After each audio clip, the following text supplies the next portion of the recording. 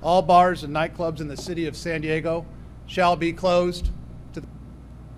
2 years ago today, San Diego Mayor Kevin Faulconer made an announcement that would change our day-to-day lives and set the tone for the months and years to come.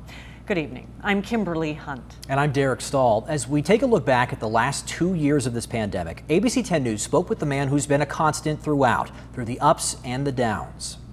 Is this where you thought we'd be 2 years into the COVID-19 pandemic? No. ABC 10 News reporter Jared Aarons brings us his exclusive interview with Dr. Anthony Fauci about how far we've come with the fight against coronavirus and what the future may hold. He's been the face of the pandemic for better or worse. For 2 years, Dr. Anthony Fauci has led the U.S. response against COVID-19. I was fortunate to get a rare one-on-one interview, and I asked him point blank, is this where he thought we'd be 2 years in?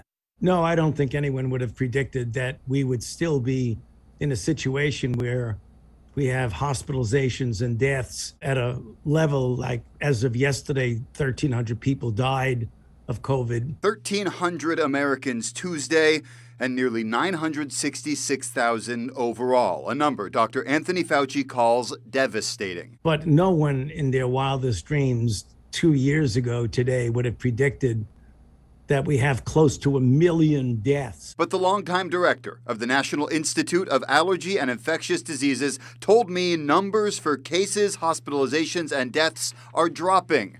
That gives him hope. But his optimism is tempered by the new, more contagious Omicron subvariant called BA.2.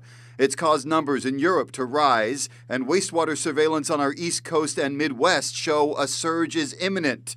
Dr. Fauci told me he expects it will become the dominant strain in the U.S. over the next few weeks and erase many of the gains we've fought for. We have to be careful that if we do see a surge as a result of that we're flexible enough to reinstitute the kinds of interventions that could be necessary to stop an additional surge. That could mean a return of mandatory masking, especially in areas of high transmission. As he has done for more than a year, Dr. Fauci stressed the need for vaccines and boosters. He even told me it's likely older and immunocompromised Americans will need another shot. I don't think there's any doubt that sooner or later, particularly among the elderly who have less of a robust immune response than a normal younger population, that sooner or later they will need a boost of a fourth shot. I also asked Dr. Fauci if he thought we would need variant-specific booster shots. He said no, because the vaccine using the original strain is still holding up to prevent hospitalizations and deaths. Jared Aarons, ABC 10 News.